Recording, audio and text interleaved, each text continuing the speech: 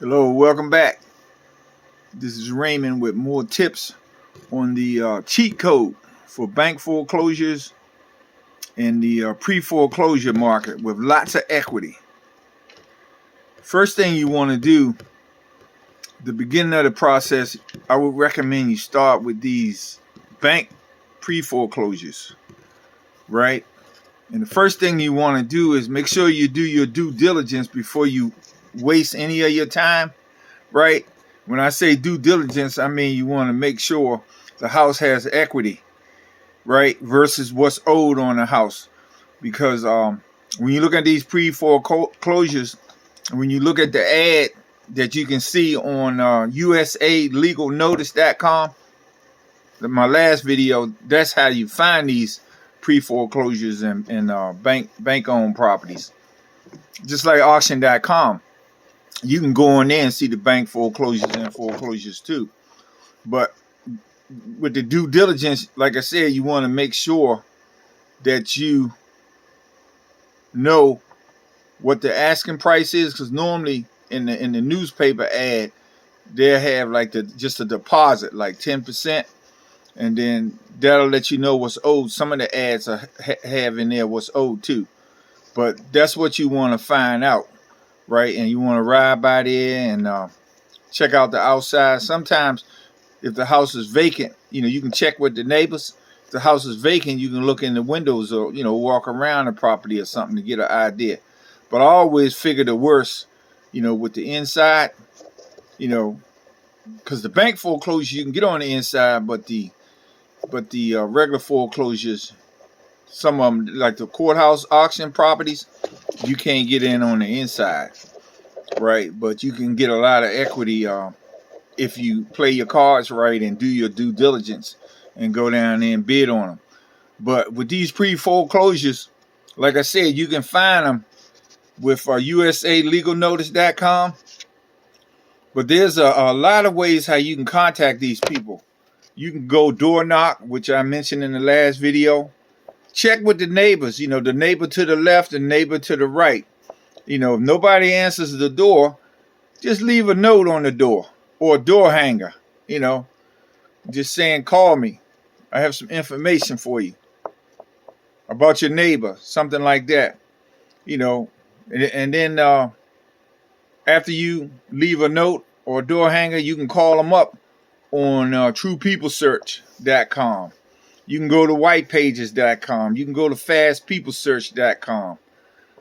You can go to USAPhonebook.com and you can get their phone number that way, right? You can call them up and just saying you just following up to make sure they know that there's an action filed on their property by the bank, and there's an auction scheduled, and then don't never use the word foreclosure. Just tell them that you just calling to help them out, to make sure they know what their options are and everything, and see if they called the bank, because the bank will tell them what their options are.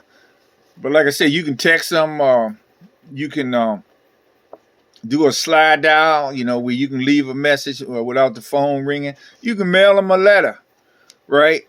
But your goal is to get in touch with these people, right? And just offer them options that's available to them, to try to keep their house, because you don't want to go in there right away just telling them, hey, I want to buy your house.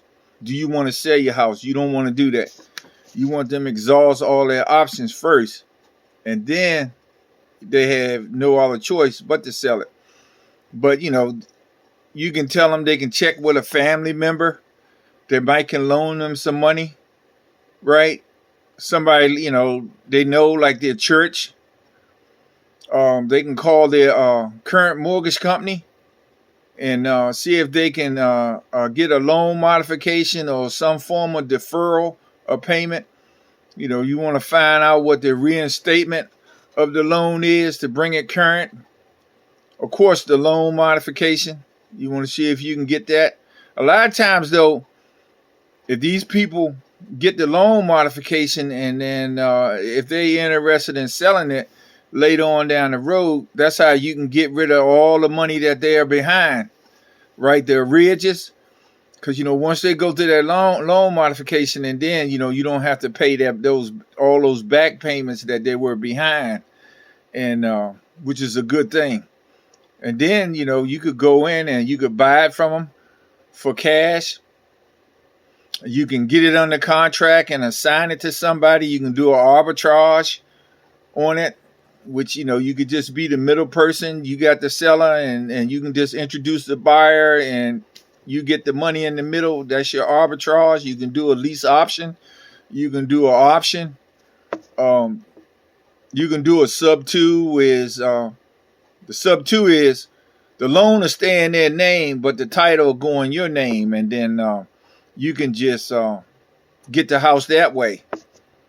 And if there's overages on there, right, you can pay the overages as long as they deed the house over to you, or you can file a notice of interest on the property or memorandum of purchase, so that if they try to go around you or take another contract, you can come up as a lien on the property so they can't sell it. You can even do a novation agreement with them. Just saying what they'll get. You just have an agreement just saying what you'll get and what they'll get at the end, right? And just spell out all the details. And again, you want to make sure that you have something filed on the property so they can't go around you or run away with your money, right? You can do a partial claim, right? If it's a FHA loan, you can ask the lender that. Forbearance agreement, you can do a deed in lieu, a short sale. You can file a UCC-1. You can do a no-doc loan modification. You can send in a full price contract to buy the house, and that'll stop the sale, right? You can do a voluntary petition. You can challenge the auction. You can make sure that all the paperwork is correct, and make sure there's no errors in the paperwork. But you'll need a lawyer for that. Just like you can get that lawyer to file a temporary restraining order, right? You can try to get a hard money loan, right? You can refi with a DSCR loan. You can sell it with a realtor or sell to an investor. You can use a bankruptcy to stop the sale, right? But because you filed a bankruptcy, that don't mean you have to go through with it, right? Right? You can sell to a family member, right? You can buy from the seller and get a contract, right? And then just go to one of these mentors, one of these meetups in the area, the investor meetups, right? You can flip it to someone there. But these are just some tips for you. And another thing too, like with the bank foreclosures, if you file that notice of interest or that memorandum of purchase so they can't go around you, right? And when the bank actually tries to get title to that property, you're going to come up as a lien. That way you can find out who the bank is and then offer to buy the property from the bank. And then you'll beat all the competition. But I'll be back again soon with some more tips to these pre-foreclosures and bank-owned properties.